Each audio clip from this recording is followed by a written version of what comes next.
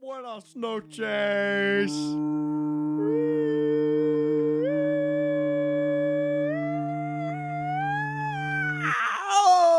That's our theme song for now. Welcome back. I'm Zach Montana. I'm here with my lovely companion, Matti Amato. Matti Amato, that me. Matti Amato, and this is the room that we created. I forgot to pop open this. Mine's already popped. I come in popped. I'm coming in like the Virgin Mary. Yeah, I'm coming in just Unpopped. ran through slut. Speaking of, you want to take off that jacket? Yeah, so I'll take off my beautiful replica jacket from the movie Drive. Yeah, should we stand up and do a little jacket back to back? Back to basics. These are hot. We're hot. I'm telling you, you look hot. I'm telling you, honey. Lois. But Humana. All right. I got this on Amazon to wear for Halloween. I got this guy. I never wore it. Motherfucker on Amazon. I got this. I I got this instead fella. dressed as Velma. Oh, your Velma costume this year was so hot. Thank that you. was so Thank great. you. I'm in a band called Muddy Rabbit, and the four of us decided to dress as Scooby-Doo characters. We had 5 of us at one point. Fifth boy got booted out of the band right before Halloween, so we were losing a Shaggy. Right before we filmed the podcast. Actually, yeah, immediately Before we had filmed the the first name. episode, and then Halloween was right around the corner. We had our show, and so we were missing a Shaggy. So the plan was, okay, make the drummer who was Scooby Shaggy, and then he's gonna bring his dachshund to be Scooby. Right. That didn't work. He forgot to bring his dachshund, so we were just missing a Shaggy. But no one questioned it. No one mentioned at all that we were missing a Shaggy, which I thought would be a huge deal because he seems more important than Scooby. Have you seen? Have you seen the new Scooby Doo like character models? What do you think about them? The one that Gunn Howerton is in? Yeah, Yes, I have. I think they look great. I think they look great, but I just don't like. I'm like, okay, like Yeah, I'm that's not. weird. Just make a new show if you want to like. I'm not super thrilled about it because I don't really give a fuck. You know what I mean? I'm not like, Yeah. oh, what the fuck, my Scooby Doo. I never watched anything Scooby Doo. I used to. You know, my nickname was Shaggy in high school. My nickname was Shabby Chic. My nickname was the Shabby Chic. And they called me Shaggy in high school because I was tall, Is that it? had long blonde hair. It's more brown, but Smoked fatty. skinny, and I was known for smoking fat doinks, and I had the worst goatee. It was so like thin. It was like a bad high school beard that I would look in the mirror, and I finally like had something on my face, so I was like, yeah, that looks good. Yeah, I'm growing no, a I beard, feel and you. then even I look at photos of me from like yesterday, and I'm like, that looks bad, and it's like, but my high school self would have thought it was like, brother, you're killing it. Yeah. Like, you know, like grow it out. I'm like, absolutely not. There was I remember like when my mustache started coming in, like sort of freshman year. That was also simultaneously when I was like starting to feel like Yeah. a not dude. Mhm. And so I was just like, okay, solution number 1, let's try this route. It's just hyper masculinize yourself until you don't feel dysphoric anymore, and then you just are a dude. Yeah. And so I tried my best to grow it out. And there's a picture that our dear friend Aiden has of me that is an infamous photograph of me in a car with a blue hoodie, and it's just me like forehead facing the camera, just my shitty fucking mustache, and it's like covered in shit. I was eating something, Yeah. and it's just me doing this goofy ass face, but this mustache, like that photograph is the bane of my fucking existence. I've had so many photos that would have been good ruined by bad facial hair. Yes, that's what I'm trying to say. Because like there's photos of me like pre coming out that are very boyish that I don't mind as much because I'm cute. I look cute, I think, and I'm like, huh.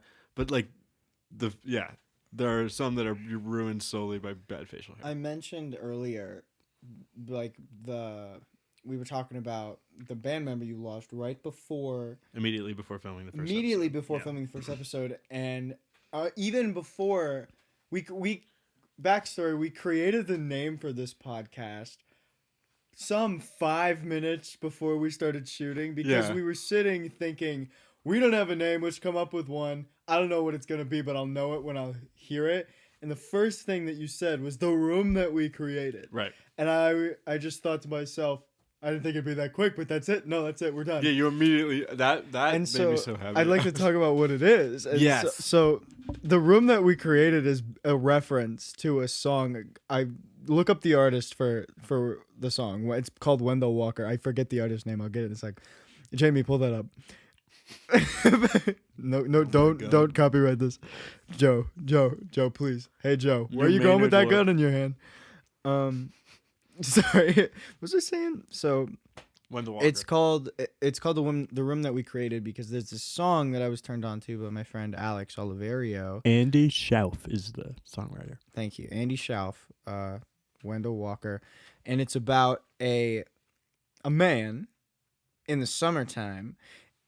Loving in the summertime, and he has a best friend, and they go fishing, and his best friend, I believe, is a priest. Mm-hmm. Now, he's sleeping with his best friend's wife, and feels somewhat guilty about it, but also is very loving with this woman, and this woman is very loving with him. One day, the husband, his best friend, comes home and finds a note on the dresser confessing her love to someone. He doesn't know who, so he acts like he's leaving to go to the Megalomart or something. Mm-hmm. Comes back some 10 minutes later, finds him there. Finds the protagonist. The anti-hero, right, if you will, and points a shotgun at him and is about to kill him. And right when he pulls the trigger, as his eyes, I believe he said, dart for a second in his unsurety, he knocks the barrel away, and it kills his wife. He shoots his wife, and he just stands there, and he then kills himself. And the last words of the song are, my God, what have I done? Or my God, what have I done? And he took the shotgun and he put it in his mouth, and I stood in the room that I created. Yeah, that's the song. And that's how it ends. And it is one of the most phenomenal songs I've ever heard. Yeah, that's an incredible fucking song. That song is like Johnny Cash-esque storytelling of I hung my head, type beat, but on the level of begrudging, brutal acknowledgement of humanity of Nick Cave's old songs. That's really accurate, right? I mean, even Johnny Cash, of course, is that level as well. But I just mean it reminds me of Nick Cave and just the kind of desperation of it. It's so fucking. You good. That really song is love amazing. Nick Cave. I'm less into Nick Cave's and the Bad Seeds. I love what you have shown me, but all that I've really listened to, I would say 99% of what I've listened to from Nick Cave and the Bad Seeds, you have shown me. Uh-huh. So could you talk about Nick Cave a little bit and why you love their artistry so much? Yeah. Man, because it's real unique. Well, okay. I met their manager. I met his manager. I right. think, yeah, time. You told me that. Fucking made me want to die. That's so cool. But well, I'll get even more into it when we talk, because I said before we started this that I wanted to do an episode about the albums that have shaped us I'm gonna as take people. My shoes. We'll do a whole off. episode on that, and same with films. I want to do an episode on films and albums that we love. But I'll talk about Nick Cave right now. Is Banana Socks. Nick Cave. My first exposure to him was that I was a freshman in high school, and Paulie came home. Paulie's my older brother. He came home with Skeleton Tree, Nick Cave and the Bad Seeds Skeleton Tree, which it was, I think, the 2015, 16, I can't remember, but newer era Nick Cave album. Super down tempo, very electronic, extremely sad. It's an album dedicated to his son that he just lost, who was 16. It's like Eric Clapton almost. Right.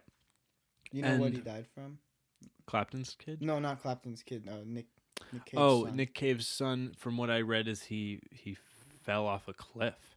Oh my God, that is a lot like Clapton's. Yeah, Clapton's, yeah. Early.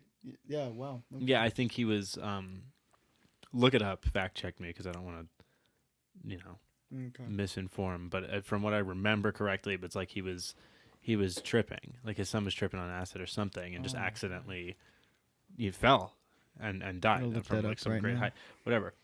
But Skeleton Tree, Paulie just found it because he liked the album cover, because it's just black with this text, green matrix text, and it just looked cool. And he was like, "Yeah, check it out," because I was getting super into production at the time. That was when I first started making music, was when I was a freshman, and it was electronic. And Paul was like, "You'd really like this. It reminds me of some of the shit you said you wanted to make." And I listened to one or two songs, and it just didn't resonate. I was like, "It's cool though. It's really cool." Years later, I was listening to Johnny Cash. I got really into Johnny Cash's American series, the 1 through 4, perfect albums, and he covered The Mercy Seat, which I didn't know was a cover. But I was like, The Mercy Seat, that is the best song in the whole catalog of American 1 through 4. And then I realized, oh, this is a cover, and it's Nick Cave. So I listened to Tender Prey, that the album's off of, or that the song's off of, and was just floored. And then it started. Then I was just like, oh, good Christ. Like, yeah, this guy is fascinating because it's all of that desperation and like, yeah, the humanity, like the really honest acknowledgement and like portrayal of humanity that I love about emo music and like, you know, Midwest emo and all that shit. And goth rock, like The Cure, obviously Nick Cave helped start goth rock. Like he was very important to that with From Her to Eternity, which was the next one that I checked out. Just fucking the song From Her to Eternity is heartbreaking and incredible. And just like, it's like Radiohead's Creep in the concept, but turned up to 11 of just like pure, like fetishizing a person that you know nothing about and like, you know, idolization and then, you know, losing and whatever. Then next was Murder Ballads. Murder Ballads hit me like a fucking truck. Stagger Leaves, just brilliant storytelling, like disgusting, makes you uncomfortable, but it has this like, you know, just super swagger to it, you know. And that's the dichotomy of Nick Cave, is like his voice is so fucking chocolatey and fun to listen to, but he is challenging you, you know. But then it goes down easy because there's so many fucking grooves and just the instrumentation is so pretty. I fell out of it a little bit after Murder Ballads. I just stopped listening to him for a while. Then my dad died. Oh. When Dad died, I went like just full force back in his discography, and the first thing because of Skeleton Tree, because you know I remember like maybe 3 or 4 months after Dad passed, which was super unexpected. I don't know. I mean, a lot of the people watching this as of right now are all of our friends, so they already fucking know. But in case there's any strangers who are enjoying this, you know, like it was super sudden and out of fucking nowhere. And he was 55. You know, it wasn't like he just. Well, I'm not like Theo Vaughn with a 70-year-old dad. You know, like just it's, you know, it was out of nowhere. It was sudden. It was a tragedy. We'll get into it in another episode, I bet. You know. Oh yeah. But I remember 2 or 3, 4 months, somewhere around there after I came to Paulie, my older brother, and was just like, remember Skeleton Tree by Nick Cave? Like, you listened to that whole thing, didn't you? And he's like, yeah, man, it's fucked, man. Because now we're both on this level, like dealing with this situation. So it's like, I'm going to give it a shot. And I listened to it, and it changed my entire perspective of what I was going through. Like, completely. Music, we're both very, I think, susceptible to the emotions that music gives off. Also, I want to say that I looked it up, and you were right. He did fall off a cliff. I'm not sure if he was doing acid. I couldn't find that. Yeah. But he also, his eldest son, also passed. Jethro, also passed. Yeah. So Nick Cave lost 2 sons. He made this album, Skeleton Tree, that is just so fucking... It's brilliant because it's simultaneously brutal and genuinely honest about what grief feels like. It's not sugarcoated at all, but it still somehow remains life-affirming and optimistic by the end of it. That's something that I could not find in my writing at all, was that even a tinge of like, it's going to be okay. I was lost for like the first 4 months, and then I listened to Skeleton Tree, and it started me on a path of like, I'm alive enough to at least write, so let me start there. And then, you know, that's what really, and then I just developed this deep affection for him through that album, and then I went back and listened to the rest of his discography. And my favorite by far is Dig Lazarus Dig. Because Dig Lazarus Dig, that fucking album, hands. I mean, Skeleton Tree, I have that deep fucking connection to it because it, like, you know, and I hate saying that saved my life about things, but, you know, that was a many things saved me. That one was a fucking big one. That was a big help at like crucial forks in your road. That one was a big one, that helped. And so I will always have that kinship and like connection to Skeleton Tree, but Dig Lazarus Dig is just fucking perfect. Because that album too, like even before he had gone through what he'd gone through, he's had that mature level of that interpretation of the universe. It was already in him. You can hear it in his discography. He always had that resolve. And then when it was almost like you can hear his discography throughout it, him preparing for something like that to happen to him. And then it did, and he knew exactly what to say. Obviously, I'm sure that's not what fucking it actually felt like to go through it, but that's what it sounds like listening to it. Ironically, we did just think this blew your mind when I told you to think about the universe not being locally real. Oh fuck! You never know, but so off of you said just Nick Cave, the concept of Nick Cave, and he's so in his own niche. Yeah, and it reminds me. So I've been making this like character chart for bands in kind of sort of that genre, like grungy genre. And so what are the actual? There's chaotic, there's lawful, and there's chaotic, neutral. Or wait, x-axis is like there's like true neutral. Yeah, x-axis is chaotic. Is lawful, neutral, chaotic. Lawful, neutral, and chaotic. And then y-axis is good, neutral, evil. Yeah. Okay. So what I have so far, and I just started this, and there's gonna be one every episode because we're drinking the seltzers. So Nirvana is chaotic good, right? Because it's just honest. I don't know. Oh, give me a break!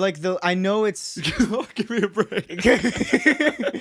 We just started. When I think about the lyricism and the morality behind Nirvana, definitely. I think that it is on the good side of things. No, I really think they were trying to, like, whether they cared or not, like the one thing they all cared about as people is like at least not being an asshole.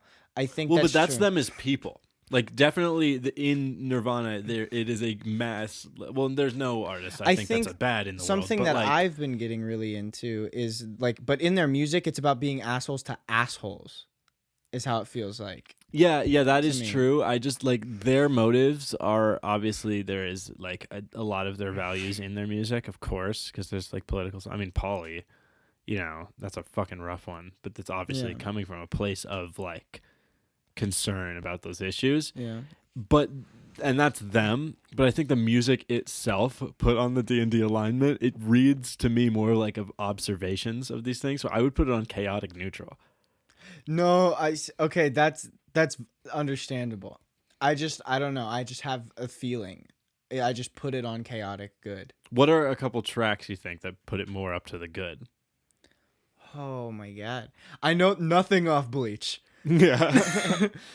But weirdly enough, I think Something in the Way gives it a little bit, for some reason, points of good. No, that's true. Nothing off Bleach. Heart-Shaped Box, maybe, but that's the only track off of In Utero, and it's a really basic one. Honestly, I wouldn't say that Raped Me gives it more evil. I don't think it does. No, it doesn't. And so, moving on, the next band. Yeah, so I'll concede chaotic good because I do agree with that. I just like there's something about it seems a little bit more sinister. You put it at vibe. chaotic what neutral? I said either one, chaotic neutral if not. Okay, and I haven't labeled chaotic neutral yet. So if I find a better one. So what I do have is a lawful neutral, and I have Deftones at lawful neutral because no, I have them at lawful evil. Okay, I have Deftones at lawful evil because the evil is very self-explanatory. The way that it's like I don't know, just the heaviness. There's of it, a grime the to weight to it, especially on Around the Fur. Around the Fur is the biggest one, probably bringing it back. Their newest one in 2020. I forget the actual name of the album. It's like the gray one with I think the pair of eyes on it, but it's like. It's beautiful darkness on that one. Mm-hmm. And it's just the way that it all lines up feels lawful to me. Like the mixes are super clean. Right. Like the kick is like popping, but it's also like Passenger,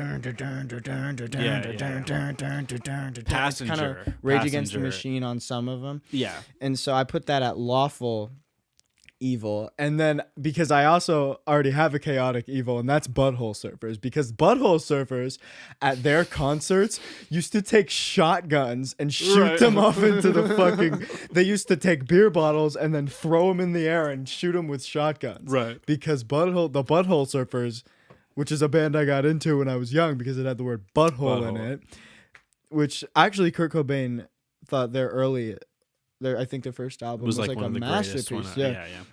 Well, we're also not making judgments about these bands and their alignments as people. It's like if the vibe of the music were like assigned to a D&D character, what would that be? The alignment of that character. So I have. Because that makes me definitely like lawful evil for Deftones. Because and Passenger for some reason is lawful evil. What's weird is I associate the board with colors, and I have something called synesthesia, which is where when you hear music, when you hear auditory fucking information, you see colors, you perceive it as colors, like the signals between those two. You can associate the colors extremely easy. Yeah. Wait, what are your colors for Deftones? If you'd have to play me, it's more of an in the moment things. But I can tell you, like, to get the minute colors, but like the big ones, the big colors are like purple, like midnight black, like probably and some like really deep green. For Deftones? Yeah, I get this like forest green on the bottom of Deftones. Mine are super weird because I don't really get these two ever for music, but Deftones is like solid black and white for me. I don't know why. That actually a little bit. Like there's something so visceral about them that just I see that like contrast. Yeah. You know, like maybe it's just also the association with White Pony, but like I just everything I hear is just black and white to me. It's just like this, I don't know. And maybe this is a red light, green light thing, but with Nirvana I get a brighter tone of green. Nirvana I get camo. A brighter tone of green. Yeah. Not quite camo. There's some like they're different shades of brown and green for me for the traditional camo. Butthole Surfers for me is orange for some reason. Butthole Surfers is orange. Yeah. It is orange, and it's not quite cyan. It's like original Minecraft sheep wool cyan, like when there were like 12 colors of wool. Oh. It's like the orange. It's close to the blue that's on their actual album cover where they're sticking the pencil in the air. Interesting. Okay. It's all right. close So we to got that. Lawful Evil, Deftones. I agree with that one. Yeah. Butthole Surfers, Chaotic Evil. And Nirvana Chaotic Good. Lawful Good is Weezer. Moving on. Am I right? Moving on. Matt said the W word. I'm sorry, dude, because it's like you can either only put them at lawful good or chaotic evil. Listen, I didn't edit much out of the last podcast. I will fucking cut you. I will cut everything. Watch your P's and Q's. We have to accept the fact that they are a band that exists. Why put them in with what I'm like? Let it happen. Like, why throw Weezer in there? I didn't throw them in. They spoke through me. It felt like the natural. I didn't have that thought until I started saying the thought. Is that I thought, well, for a lawful good, and then Weezer came right into my mind. That painting that I have up there is like kind of Nirvana. Oh yeah, no, yeah, the palette. You can't see the painting, but maybe I'll post a photo of it. It's on the Instagram account. Yeah. It's the colors that we were talking about for Nirvana. Beautiful painting. But genuinely, can you think of a better lawful good?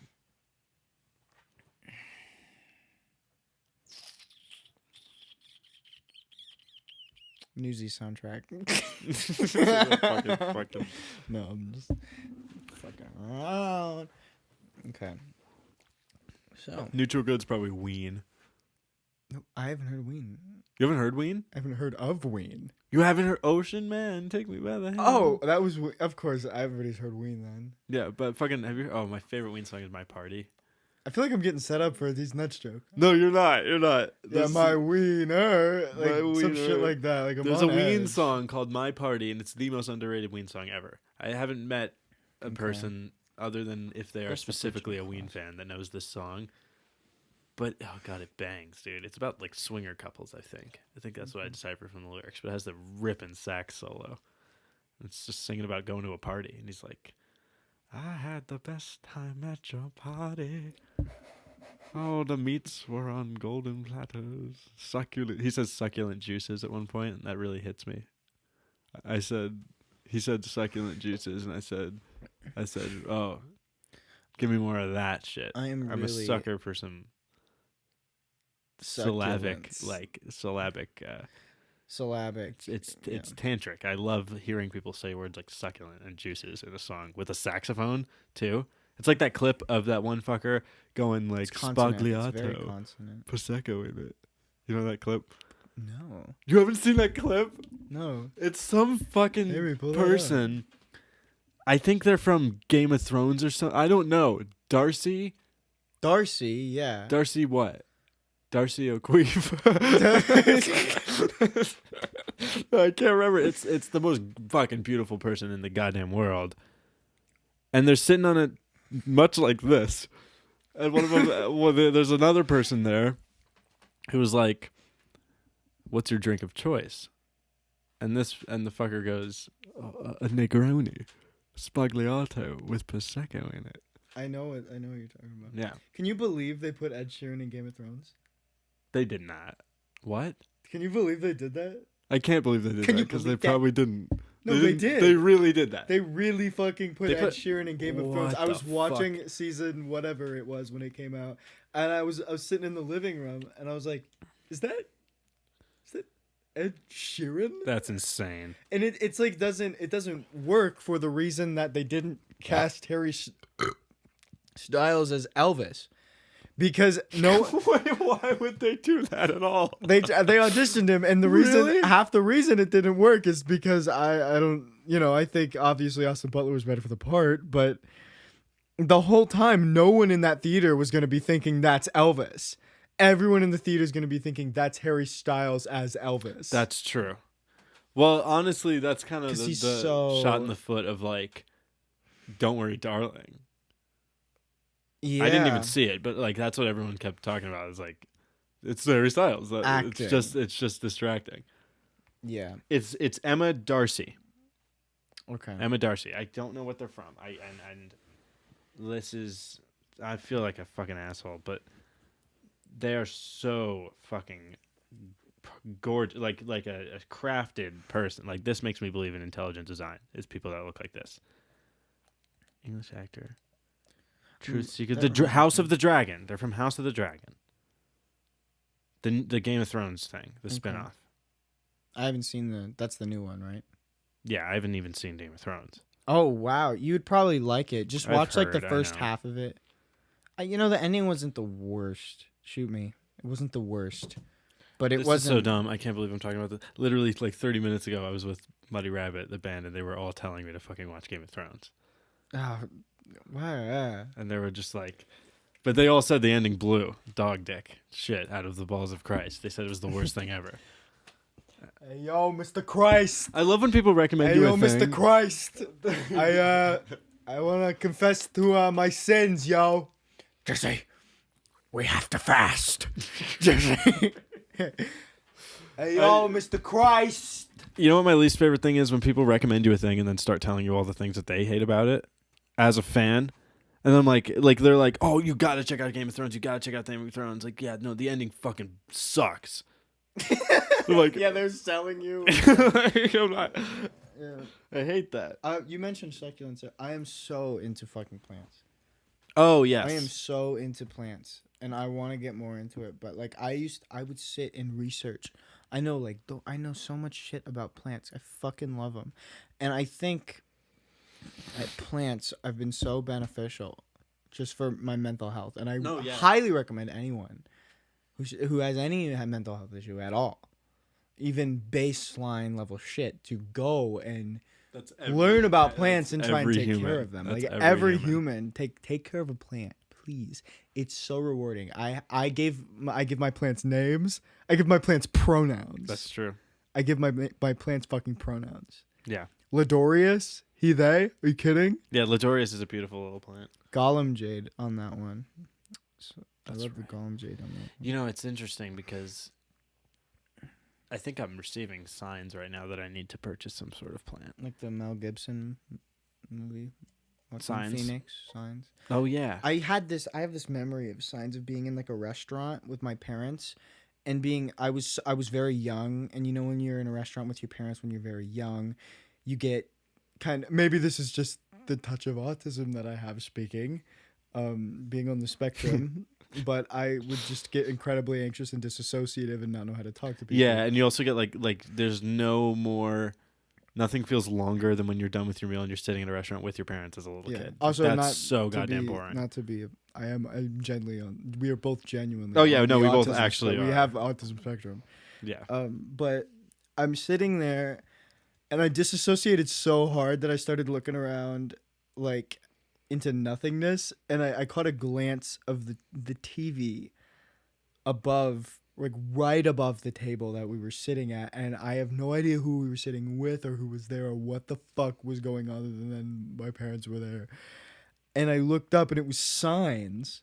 What restaurant? A Mexican restaurant. They're just playing Signs? I think it was a Mexican restaurant, and Signs was on the TV, and I watched it from start to finish through the captions. Like the subtitles that they have because they don't have any sound on them. God. And in the background, it's just... You're just like listening.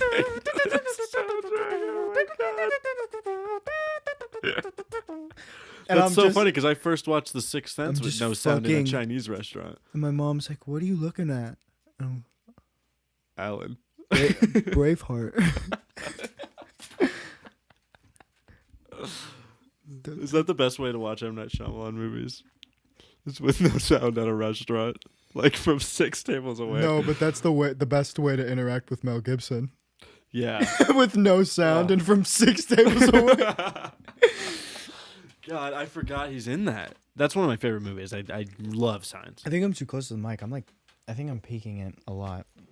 I think M. Night Shyamalan. I love M. Night Shyamalan. Truly, obviously he has the like horrible movie arc like in the middle of his career, but I think that makes him kind of charming. I really liked Avatar No. when it came out. I haven't watched it since I was a kid, but I think I watched it not too long ago. I think it gets shit. I think that movie is fantastic looking. I think it is in another realm. Like the amount of like, it's beautiful. It is a beautiful film to look at. I admit it was a little weird when they fucked under that tree, but it made sense for the world, the universe. Avatar, James Cameron's Avatar. No, with the blue. Yes, that is James Cameron's Avatar. That's a great movie. Cameron's Avatar. I'm talking about M. Night Shyamalan's Avatar: The Last Airbender. Oh yeah, okay. I was like, I really like Avatar. Wait. Yeah, no, it was a little weird when they Avatar's fucked under that tree, but that's when I was I like, think you got the wrong Avatar movie, bro. oh my god.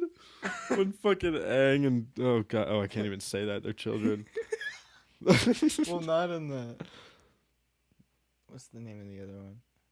Like it's about the girl. Korra? Korra. Legend of Korra. God, I keep fucking up the Taj. Dude. Sorry. This is the Lego set of the Taj Mahal. You can't see it with the glare of the salt lamp, but. Don't fuck with my Legos, bro. Fuck with my Taj. I'll tell the story. Yeah, tell the Taj Mahal. When I was a lad. When I was a. Finished? Yes. When I was I want to grab this. Yeah, my knife. I don't know. I just thought it looked like shiny. I wanted to touch it. Okay, I get that. Yeah, when I was a lad, me and my dad would go to the park and play catch all day. Now everything's changed. Something about the way people fade. Dude, I'm sorry. I just went into song lyrics that I wrote. When I was but a wee fellow, my grandma for Christmas gave me this Lego catalog and said, circle anything that maybe piques your interest for, so I know what to get you for Christmas. And I would go through the catalog, and she never updated it. It was the same catalog that I had for maybe 8 years. Right. and I would go through and I'd circle what I liked, and I'm sure she just went on Amazon but She didn't order from the catalog, you don't think? no. Yeah, I'd like to place an order from your catalog from 8 years ago. Grandmas do that shit. Really? Maybe. Well, actually, I have never ever met a person that has ever ordered a thing from a magazine. Anyways, I would circle a lot of like small ones because that was just, Realistic. and but the coup de grace You're a very pragmatic young lad. was the Taj Mahal. I'd see it. It was like they had a whole diorama. It was a 2-pager. It was a full spread. Oh, fuck, a 2-pager. It was a full spread. Good Christ. Kind of thing. And so I was just like, I got to circle it because you never know. I circled it every year. The page was more Sharpie than it was Taj Mahal. And Taj, Mahal. And I Taj never. 0.0. Can we talk about Taj 0.0? No, we can't. Can you quick? What a fucking nightmare between So it was more Sharpie than it was Mahal, Taj. And I never got it. And my lovely girlfriend, I was in a Target with her. Your girlfriend is lovely. She is a lovely woman. Mwah, mwah. And we were in a Target, and I was telling her this story because I went down the Lego aisle, and she was trying to like, come on, come back, and I'm just like, Legos, yeah. And she, and I'm trying to have sex with you. It's like, come on, I'm trying to fuck me in the dressing room. Be like, Legos. She was trying to go to the candle aisle. It was Target, bro. Oh. Be realistic. But I started freaking out because I saw the Lego set there in person. Yeah, that's nuts. And I freaked out, a little bit. And I said, one day I'm going to buy this and I'm going to put it together and it's going to be so healing.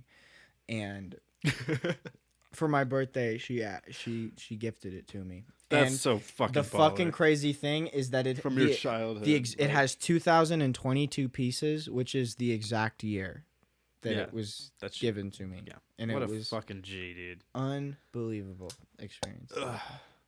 Oh God, I'm so lonely. Oh my God, your girlfriend's so fucking cool. I'm so lonely. Zach's girlfriend is like just the fucking most beautiful person I've ever goddamn seen, and she's so good at that. She's just so talented. By contrast, I was telling you this story earlier. Was that every year around fall time, I would make it a fucking point to mention to my now ex-partner that all I've ever really wanted to be gift. I'm not a gift receiver. I'm a huge gift giver. Like, I am too. Right, yeah. It's interesting. I'm like a top, I guess, in the gift giving dynamic. You gotta wear the sock. What? The sock from a couple Christmases ago. The pre-beard. Oh, yeah. Pre-beard That's we'll put a pin in that. Brutus yeah. And post-Peps Michael. That's okay. I'm gonna put a pin in that and address that as soon as I'm done with this story because that is fucking hilarious. But okay, like I was with a partner for 4 years. One of the worst goddamn people I've ever met. Like I'll just say it. Holy fuck, this person was the worst. But every year around fall, they would always ask. I love giving gifts. That's one of my love language. Is expressing is gift giving, and words of affirmation. I don't really receive that. Like my love language to receive is physical touch and words of affirmation. So when people ask me what I want for my birthday or Christmas, I was always like, get me some soap or something. I don't know. I just I hate putting pressure on people to give me gifts. But there was it was maybe my third Christmas I had ever celebrated because I was raised Jehovah's Witness, So I'm like post leaving the church, like it's third Christmas, my first Christmas with this partner. They're like, what do you want for Christmas? I want to make it special. I want to, you've only had 2 Christmases before. I want to make this the best one you've ever had. Good, nice thought. And I always said the same goddamn thing, was that I wanted my favorite band of all time is Counting Crows. They had a concert called Live at Town Hall, where they did the entirety of August and Everything After, their full album, in full. And they did it, they extended some songs long enough through like improv sections and vamps and these insanely super expressive, like almost just like spoken word poetry bits. And these versions of these songs in that show is fucking phenomenal. Like it makes me cry every time I put this tape on. It makes me fucking cry. And all I wanted was like, I want the DVD. I just want that DVD. Like, just get me the collector's edition of that DVD for Christmas. That it's like $50, and it comes with the CD for the car and a DVD of it and a Blu-ray. Yeah. It's like that's all I really wanted. I said that to them in like the fall, and then Christmas came around, and I didn't get it. And then every year preceding, I remember we had a conversation that was maybe 15 minutes where I described this record to my partner because I'm like fucking crazy. That's all I info dump, like how important that record is, but then also specifically that live album of the record. We talked about it in depth, and then we ended that conversation with me saying like that's if anyone ever buys me that for my birthday or Christmas, I'm fucking marrying them like that is the best gift I could ever receive. Because you were traumatized. And every year they would be like, what do you want for Christmas? And I would say, and they would go, what? And they never gave it to me.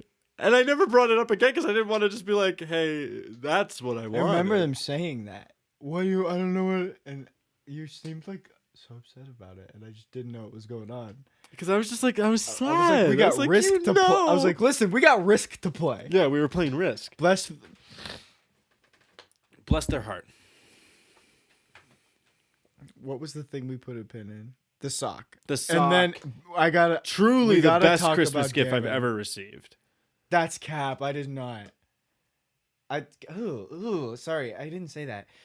What? That is not true. I did not give you the best Christmas present. No, it might be. Well, my you really cringe that hard at you just saying cap. Yeah. That's bad because I say that all the time. Yeah, but it's cute when you do it, and it's like, oh, it's cap when I do it. No shot. I started saying no shot because of you. Like 3 days ago, saying no shot. Yeah, I say that too much. Yeah. Thanks. I'm sorry. No, I'm infected you with my nomenclature of like my nomenclature. It's like half internet. It's half like TikTok English, and half like all the fucking philosophy books I read, which is abysmal. I want to talk about Albert Camus soon. Oh, that'd be sick. I'm getting into. Yeah, I want to do a whole episode just on our fucking like religious. Okay. Beliefs and where we're at. Larger pin. The fucking current pin that we're on. Sock. Probably, maybe I'll say top 5 Christmas gifts I've ever received. That's sweet. I'm glad. Zach gave me a pair of socks custom made. You know what a sock looks like? I don't know why I leaned into mine out. A sock. He gave me okay, and it was just icons. No. Heads. You gotta give the backstory. No, I will. But like, it's a pair of orangish red socks, which is icons of people. Yeah, like shit quality printing on these socks of icons of people's heads, and the heads were 3 people. But in multiple prints of it. So it'd be like the 3 heads and then just over and over again. And the heads were a picture of John Petrucci from Dream Theater, the guitarist of Dream Theater, without his beard. Like early days Dream Theater. A picture of the keyboardist of Dream Theater before he went bald, Jordan Rudess. And then a picture of Michael Jackson. It was just those 3. After full vitiligo. Yes. Vitiligo, sorry. Yeah, like new age Michael Jackson. And the fucking stupid ass story behind this was because I have a shitload of Dream Theater shirts because this is my dad's favorite band. It's one of my favorite bands as well. I really like. They're like one. I don't know. They're great. I fucking love Dream Theater. Whatever. We'll talk about that in the albums thing. But shitload of Dream Theater shirts I have, and one of them for the tour of Scenes from a Memory, one of their albums. There's all of them standing there. Well, first is like pre-beard Trooch. So like John Petrucci, famous beard, beautiful beard, legendary beard. Every picture of him without his beard is strange and very early, and he also is young. Yeah. So when I bought my headphones, I was with you when I bought my pair of headphones. Chuck Norris, no beard. Yes, exactly. They're famous beards. I bought my headphones. They're a pair of Beats that I mix most of my music on. I was with you when I bought them. In the Beats app, you can name your pair of headphones so that every time it pairs, it says the name of your headphones. And I named mine Pre-Beard Church. Like pre-beard, John Petrucci, pre-beard church. We kept just referring to him as pre-beard church when we were trying to reference albums in that era. Like pre-beard church. Is this pre-beard church Dream Theater? Yeah, or post-beard post-beard church. And then Jordan Rudess fell into that of pre-bald Rudess or post-bald Rudess. Which I think pre-bald Rudess is weirder than pre-beard church. Yeah, because pre-beard or pre-bald Rudess is interesting because it's like an addition of something is the pre. Yeah. You know what I mean? So it's like pre-beard church is John Petrucci before his beard, which was a thing that was added on to him. But pre-bald Rudess, it's like bald was a thing that was added. Instead of hair taken away, he added bald. You know?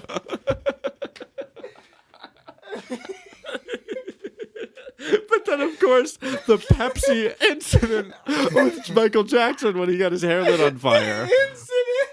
The Pepsi commercial. We were referring to. Well, we were in the car and we were talking about pre-beard church and pre-bald Rudess, and I was like, "We're one away from a Holy Trinity."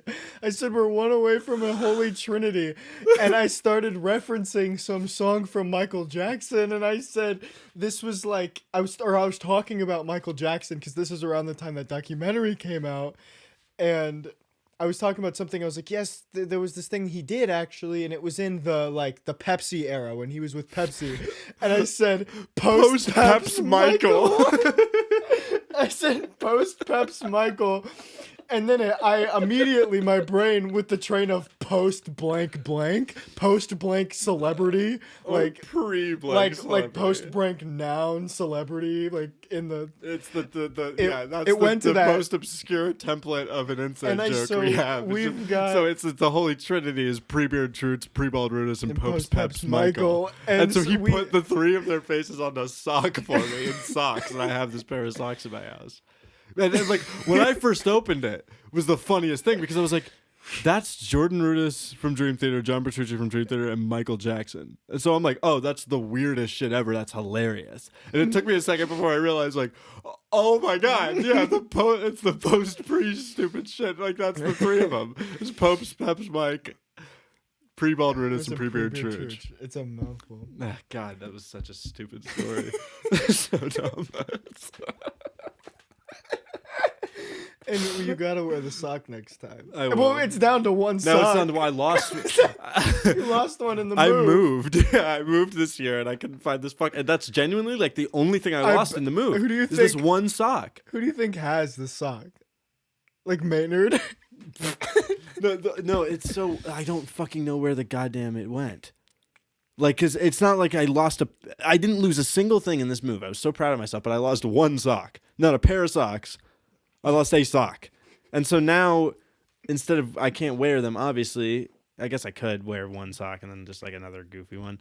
But like the sock is pinned on my wall. It hangs up on my wall. Picture of 2 Dream Theater members and Michael Jackson. Yeah. Not, And next to the Carl Jung action figure. Next to, an action figure of Carl Jung. But I wouldn't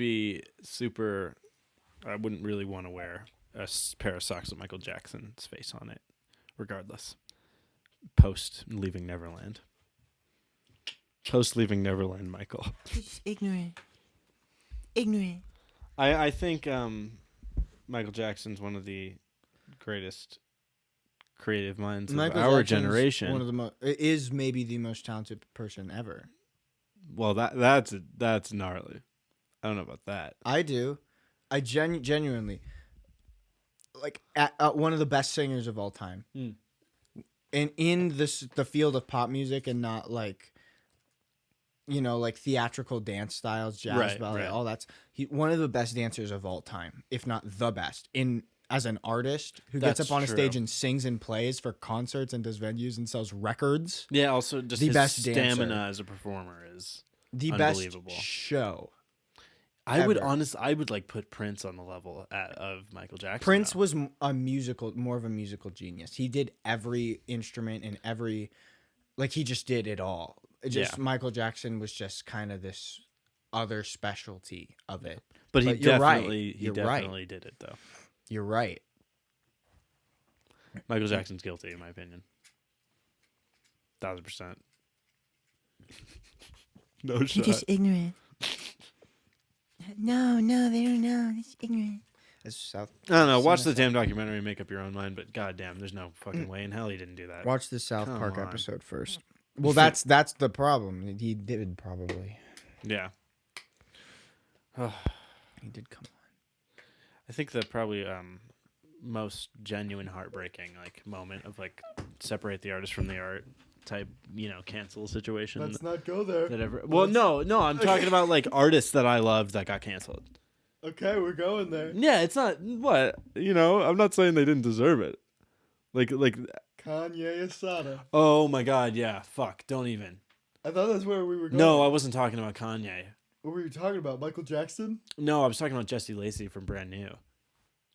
Oh, The lead singer of Brand New. That was the only situation. That was the only artist that was important to me that got outed as being a fucking horrible person. You loved Kanye. Yes, but that was a lot of for me, that was such a slow burn. It was 2016. You knew he wasn't the guy you wish he was.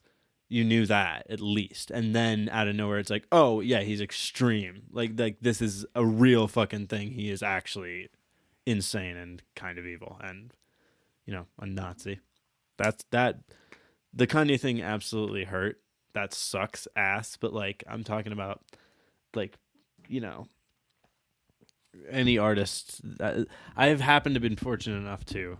None of my favorite artists ended up being horrible people, except Jesse Lacey. That one fucked me up. That one made me really sad. I have terrible news. I had a musician who I met and played with, who I won't say their name, but they are very big. They've played with, people like Billy Joel, Elton John,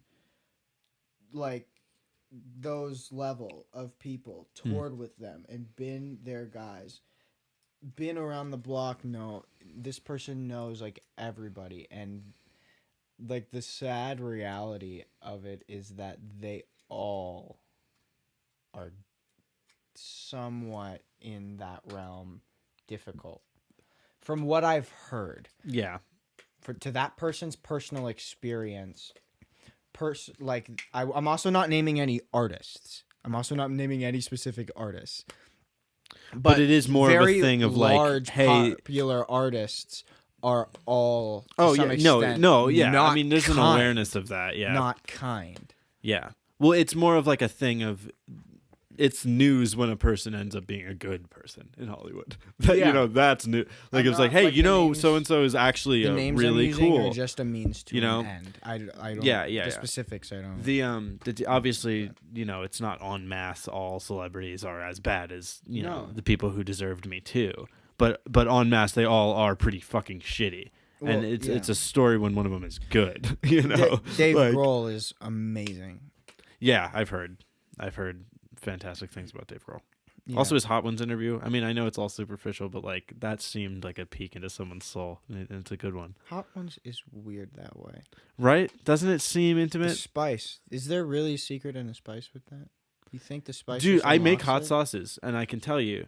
I mean, you've had tons of experience with spicy food. That one's that cracks you open a little bit. Yeah. For certain. Yeah. No, that. We should do some spicy shit on the podcast. I used to because that last dab shit. Yeah. I would fucking. I've seen you for do an it. Impressive factor. It is impressive. It works. It, So it's a horrible. hurts, It's a horrible. too. It's this tension because of as soon as you see you do that, it's so hot. I just want you to go down on me, immediately. But then also your mouth is full of hot sauce. What? You know what I mean? Whoa, where did we? Well, you're doing it to impress people, and I'm saying like that's a panty dropper. You fill your mouth with the last dab, and they're like, "Oh, get down there, boy." But then you're like, "Oh, wait, but there is last dab in their mouth." Cool. Cool. Can't say I'm in that boat, but gladly will watch you set sail. I like that one a lot. That's a good one. Do we want to talk about gammon? Not today. Okay. There's a game that we made. It's big. Yeah, let's honestly. I episode wanna 3. Get it copyrighted before we talk about it. I want to get that shit copyrighted. It's so open that like the copyright would only include the. We can't even get into it. Trust me. I'm getting that shit. I'm putting that shit in. But like the point is, if we were to like, there would be a version of our game. It would be customizable to two other best friends. Like you do this with your best friend, and you create it like that. Spike ball. What is spike ball? That thing that Mormons are always like. They got the ball and they hit it's on the net on the ground and they kind of spike it to each other. Yeah, Mormons do that. I know a lot of Mormon people who are really big into it. You know a lot of Mormon people? I did. I've met a few. Yes. Wait. This is hold on. Wait, you just hit me with like 9 things right now. I really didn't. Okay. General. Just scratch all that. That. I just got that shit. Spike Ball is a game that is huge. It was a Shark Tank product, and it was the whole rules of the game are to create your own rules and have all the players agree on the rule set. Oh, gotcha. So it's really patentable. Right. I promise you. And back when you were a Mormon, you used to play this with all your Mormon buddies. Well, when I went to school, the teacher would break it out at recess sometimes when I was in elementary. And we'd play spike ball, and when I grew up and realized that all the kids I played spike ball with were really just of religious faith. That's fascinating. It was just a coincidence. Is it a coincidence? It was a fun game. I wonder like the board game preferences of different religious sects. Oh, okay. You know, well, I think Protestants would be super into Monopoly. I think chess is just it's God's game. Chess is like a Roman Catholic. That's what like I was gonna say. Yeah, right. And then you get into checkers. This is what's check. I feel like this is a fine line here. That sorry, is Baptist.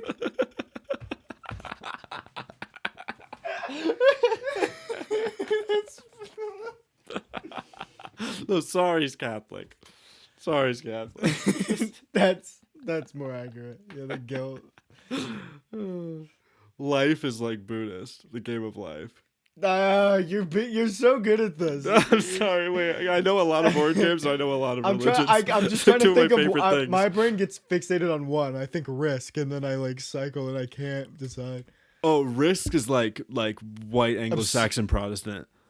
I can't think religions. I can only think like ideologies for Risk. What is Risk? Absurdism. I don't know. Not absurdism. No. Absurdists are too cool to sit through Risk. Yeah, that's us. Oh man, this is fun. Wait, what about fucking board games like Jenga? What about Trouble? Trouble.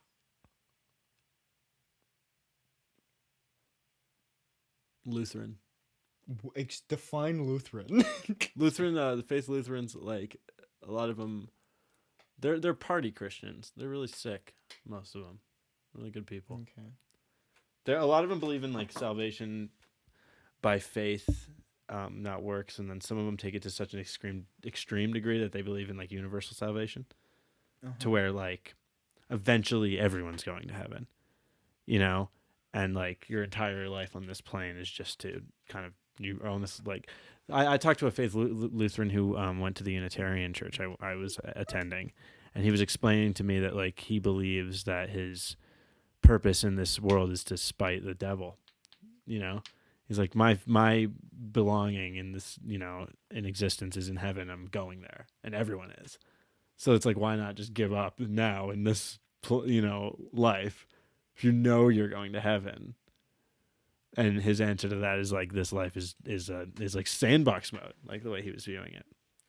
Obviously, you know, not a monolith, but Are we gonna save? You said Monolith, and then I started thinking about 2001, and then I'm like, Stanley Kubrick's my favorite director. really, Yeah, that's a good choice. and I had not seen Eyes Wide Shut yet. And I did the other night, and then It's like phenomenal, 3 days. It was very good. Not my favorite Kubrick film by a long shot. Not my favorite. Have you seen Kubrick film, Lolita?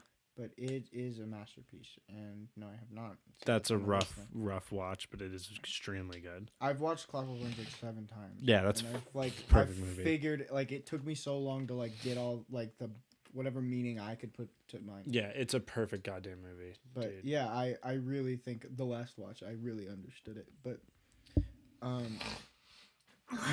was in the car the other day and I heard a song that was just like a kind of a jokey song.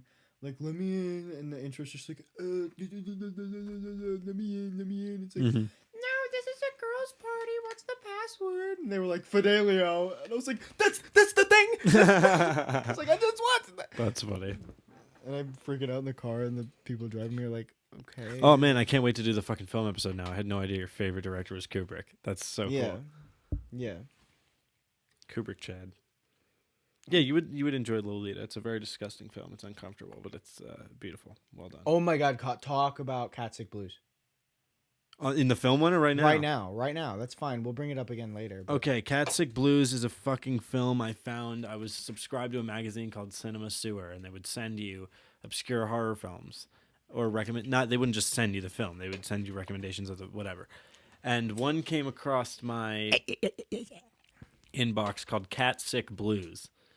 And this film, I just, one of my favorite YouTubers, not one of my favorite, but a good YouTuber I watched for a while named Utubak.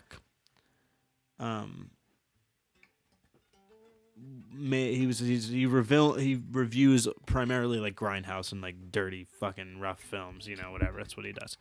And he was in the movie, I heard. And so I was like, okay, that's fascinating. I want to watch. And he plays like himself in the movie. There's a scene where they're watching movie reviewers in the movie, and he's in it. And that intrigued me, so I ordered the film without any other knowledge of it. It's called Cat Sick Blues. This film feels like something you should not be seeing. It feels like when you watch it, it's an accident. Like real quick, I'm gonna interrupt the momentum of the story. We do this thing where we go to this we always meet up at kind of the same place in our town, the downtown. Yeah. In downtown Maynardville. We always meet up in downtown Maynardville and watch these movies in my car. Because your car has like the it's like screens in the back seats like for kids. But yeah, we watched this movie in my car in an abandoned like parking lot. Right. So it was like really kind of like, what the fuck? Yeah, it was already a vibe. It was already a vibe. And this movie, it comes, you know, like painting the whole scene of it. It comes in the mail and you open it up and it's just this picture of a dude with a cat mask. Something came in the mail today. So it just, you rip it open and it's just a picture of a dude with a big cat mask on it and blood all over the fucking, you know, like blood splatter effect on it. It just said Cat Sick Blues. Turn it on the back. One of the most horrific images I've ever seen is on the back of just like a woman. I watch a lot of fucked up movies, so it's very grind. It's grindhouse. Like it's a grindhouse. It's not like fucking like something, you know, like, oh my good lord. It's not like Serbian film or some shit. It's just a grindhouse horror film.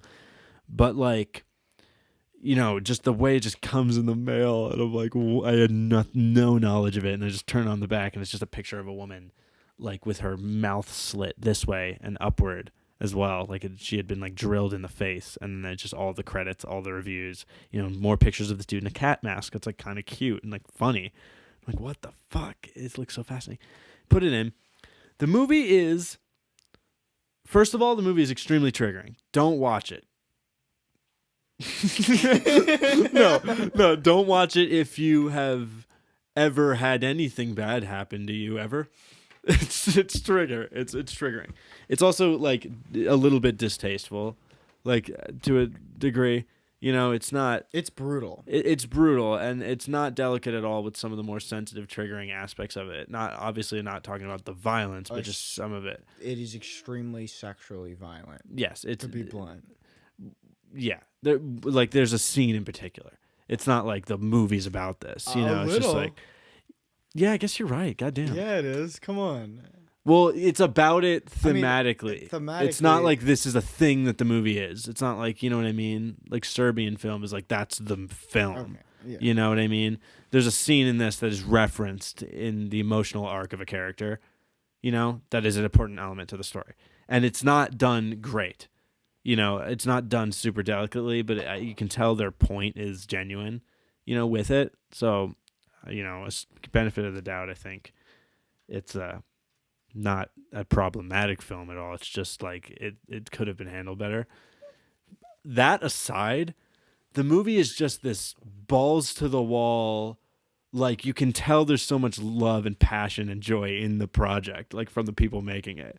And it's so fun to watch up until, you know, those certain scenes. But it's also terribly fucking acted. The dialogue's pretty damn good, actually, but it's just bad acted. Lighting's weird. You know, blood looks amazing. The practical effects look incredible. And so you're just enjoying this shitty grindhouse fucking fun thing where it's just like watching this people's passion project and these kids. Then there are two scenes in the movie that make me question the entire thing's existence because they are so fucking good. Out of nowhere. Like, you know what two scenes I'm talking about? Yes, I do. The movie, like, dead stops. And then there's just this scene that's like, if, like... I remember watching it. And you just like, jaw on the floor, like, why is this in here? It's like if Nicholas Winding Refn made a slasher film. And it's just this beautifully scored, and there's a song. It's not scored. It's a soundtrack. It's a song that's in it. And everything stops. It's this beautiful, like, trance, dream pop, like, synthcore ballad going over this beautiful cat costume. And he's murdering these people in a hostel in slow-mo. And the lighting is pristine. And there is, like, blood effects happening to the rhythm of the song. You know, there's this certain, and also the song is like very, very gentle and beautiful. Like I listen to the song outside of it's a song that's strong enough to be it's Kubrick-esque. Easily separated from the context of this movie. Even though you heard it from the movie, it's hard to, you know, but the song is good enough where I listen to it and I don't think of Cat Sick Blues because it's so fucking captivating, this song. It's called Repulsion by Mitsubishi. And, you know, he's playing Mr. Beastie. Yeah, but anyway, I can't remember what got me on this film, but like, if you have the stomach for it, and if you're into grindhouse films, definitely check out Cat Sick Blues. But it is a triggering film. I don't know if we have time for it, but next time I want to talk about. We do this thing. We go to Walmart. We get like bad B and C movies. We watch them, and the last one we watched, we can start next time with this. I think next time maybe we do the film episode. Mm-hmm. So next episode, look out, probably when we film. But oh my god, it's called Sky Sharks. Oh my god, yeah. We watch Sharknado-esque movies that we find in the value bin at Walmart. Yes, it's called Sky Sharks, and the cover of it was just what got me because it was a shark flying through the air with a giant swastika on the side of it. And that was fucked. I picked up the movie and I looked at the back of the box, and the description was Nazi zombies, flying sharks. What more could you ask for? And I was like, okay. And we watched it. And even going in having all that information, and I'm sure you can imagine what this film would be like, nothing could have prepared me Nothing for could what we have want. fucking prepared. The first 10 minutes of that film, we sat on the couch and went, "Oh my god!" No. It set the tone so fucking perfectly. Like, even though it was a shit tone, it was a shit color. Like, it's the shit the movie. first 10 minutes of the film embodies it. It's I will never forget. There's this scene. That's all I'll say, and then we'll wrap it up here. But a shark launches a net out of its like mouth or something. It's a flying robot Nazi zombie shark that was frozen in like the Titanic. Yeah, right. That's been resurrected by like fucking Dolph Lundgren, and like he shoots a net, and it does this bad CGI Spy Kids 3 animation of the shark shooting in that, and the net makes a swastika right in the middle of the screen. It like stops on it, and then it like and then it sticks to the side of a plane. And then, also, it blows a hole in the side of the plane, and things don't suck out of the plane. That was the first thing I noticed about, that was the funniest shit I've ever seen. But I mean, like, yeah, no, that wasn't even like that was like Sharknado shitty movie guilty pleasure. wrap it up. Yeah, we will. But like 5 minutes. It's like the Sharknado, esque scene of movies, but to the degree of like the high concept of it is what takes it over. It's just like that and C.I. Ape, C.I. Ape was which pretty not good, which was a kids movie. Which the funny thing about In C.I. that. Ape is not a single ape pun. Not a single It's ape not pun. You think it's a movie about a fucking Very ape, few banana ape references either. Minions has more. You think it's like a CIA movie about an ape that's a spy?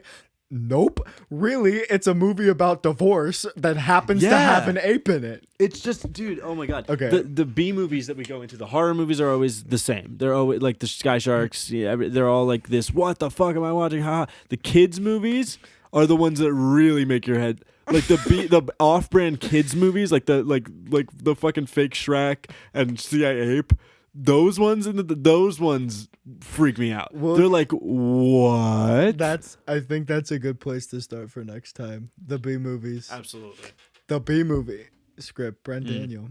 I had a post on Facebook Wait, said the funniest thing is the Nut Shack, but every time it says the Nut Shack, it's Brendan Daniel's reading of the B movie script. I thought that was so funny.